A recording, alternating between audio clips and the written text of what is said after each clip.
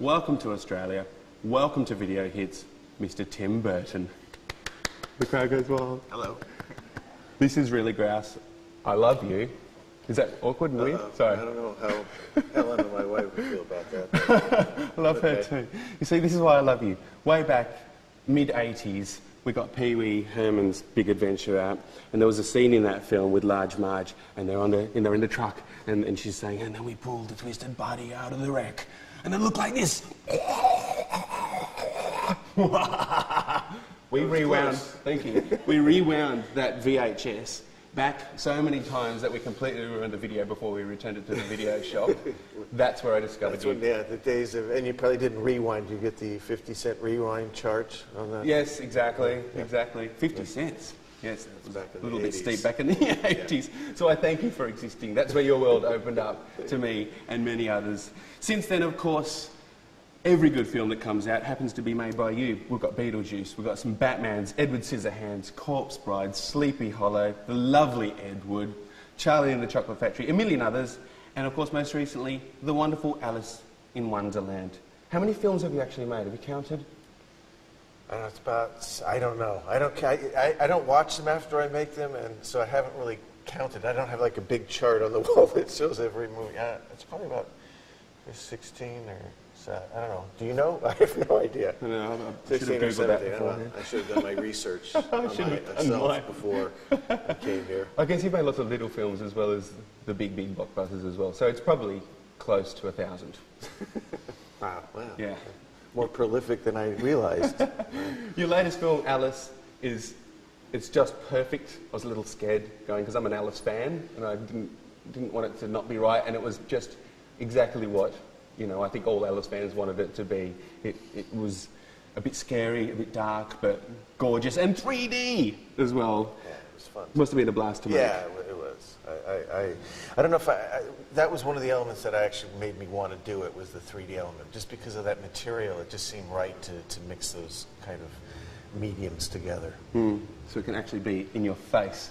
Yeah, no, and it's just the kind of the trippy nature of the Lewis Carroll world and all that just felt right with the 3D. Such lovely characters in that film too. Of course, a beautiful Australian playing the lead. We've got Johnny Depp, godfather of one of your children, correct? Yeah. And your beautiful girlie as well in there, with a giant head. Yeah, yes. Was that kind of, well, that's the way her head really is. We just usually shrink them in the rest of the films. So you're used to a head in that big, of course. She's got a big head. When you first started out in films, I believe you were working at Disney. Were you a typical Disney employee? Yeah, like, manic depressive. Yeah, I guess that's sort of... yeah, I mean, I don't know if I was. Everybody, you know, at that time did have a similar kind of vibe to them, although my problem is that I was really bad at drawing cute foxes. Sure. To this day, they look like they'd been hit by cars. And it was more like roadkill than it was like cute foxes jumping through the forest. So, in some ways, it made it lucky for me because they realized I was bad at that, so they kind of let me do my own kind of drawings, which was great. I could work with that. Disney presents Roadkill in a world where foxes are dead. Yeah. I don't think they're going to go with that. Yeah. I've seen a lovely story of you talking about how you kept yourself grounded whilst working at Disney with your socks. That was stripy. Yeah, and also sitting under my desk. I learned how to sleep, you know, with my pencil in my hand at the desk.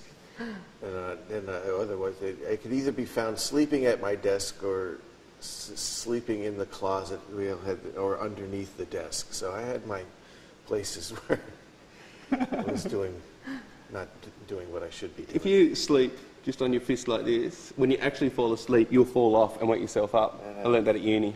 Yeah, but I could sleep sitting up with a pencil like that. So That's a good skill. Such good posture. You do indeed. I don't. Do you still have the stripy socks? Yes, I do. Usually. Can we see? There they are.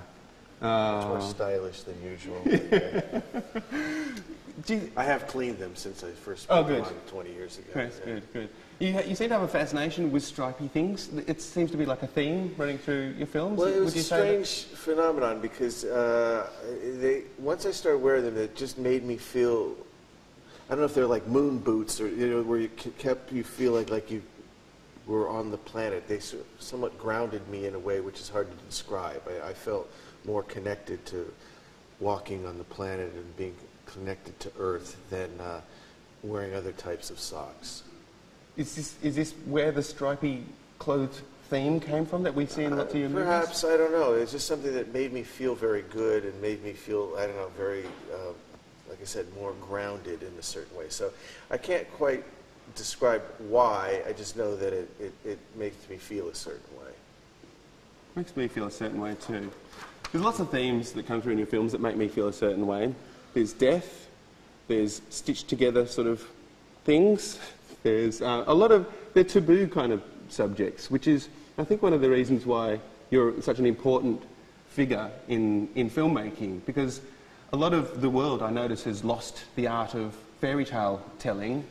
All the macabre things have been cleaned up with the world of PC. There's nothing there, there's nothing cathartic for kids to know that there's bad things in the world and you can deal with them. And would you agree that maybe this is a role that you might play in our world? Yeah, I actually think it's gotten better lately. I mean, when I first started it, I thought it was it felt more taboo, that kind of thing.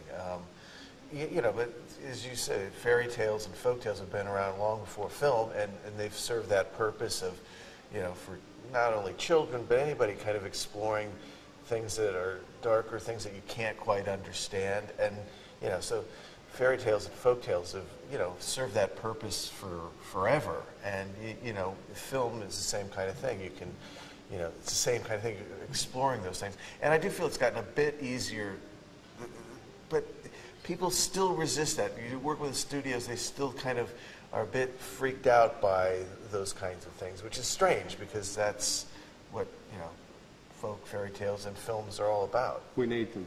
Yeah, I mean, and kids that aren't, when you're young, that's why, showing kids scary things, they love certain scary things because it helps them understand, abstract things in life that they don't intellectually yet understand, but they feel inside. And so I think it's quite cathartic to have those kinds of things for kids. Absolutely. Now, there's a wonderful exhibition happening in Melbourne. It's come directly over from the Museum of Modern Art in New York. Tell us a little bit about the exhibition and what we'll see here.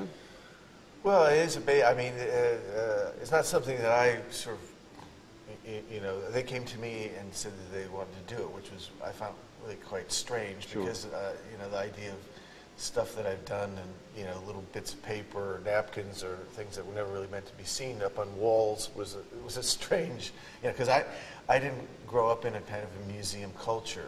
I think the only museum I went to was like the Hollywood Wax Museum, which I don't know if you could really call a museum. So the idea, but they did a really great job, and they kind of, they weren't promoting me as like a great filmmaker or great artist. It was just sort of kind of a process of somebody. So for me, that made me feel much more comfortable about, showing the stuff, showing it just somebody's process and how, just do one thing. People can do different things. And I think that to me was a positive message to put out that like, if I can do it, almost anybody can in certain ways. So you're giving hope to us all. There's photos in here. What, is there a napkin in there? Probably. There's a napkin with some drawings on. Maybe some old art that you did some few years ago. Rejection slips from Disney and publishers and things, all sorts of, Awesome. It's actually creeping out of the gallery, quite literally, into the streets of Melbourne as well. You'll know what I mean if you come and have a look. On until October 10 at Acme in Melbourne. Next projects? Dark Shadows? No, I don't really have, I go, in the past I've gotten involved in projects where, now what I try to do is wait till I get a good script before I'm still recovering from the last movie. Are you? Yeah. What about Frankenweenian? Okay, don't worry. We'll find out about that next time. Later, yeah. Just quickly the as next well. exciting episode. Stay tuned, bat folk. Music that inspires you? Oh, all sorts of music. I mean, it depends. I haven't. I've only done one video, which was for the Killers, which I really enjoyed. I like them, but I like lots of different things. Music. I remember like when I did for Batman many years ago. I mean, to and from the studio every day, I listened to like Pink Floyd's The Wall, just because somehow it felt like appropriate to that project. And so, Mood dependent. Lots of mood, yeah, I'm a human mood range, really. Mr. Tim Burton, thank you. It's been a pleasure and an honour. Nice to talk to you. You too, Thanks. brother. Thanks.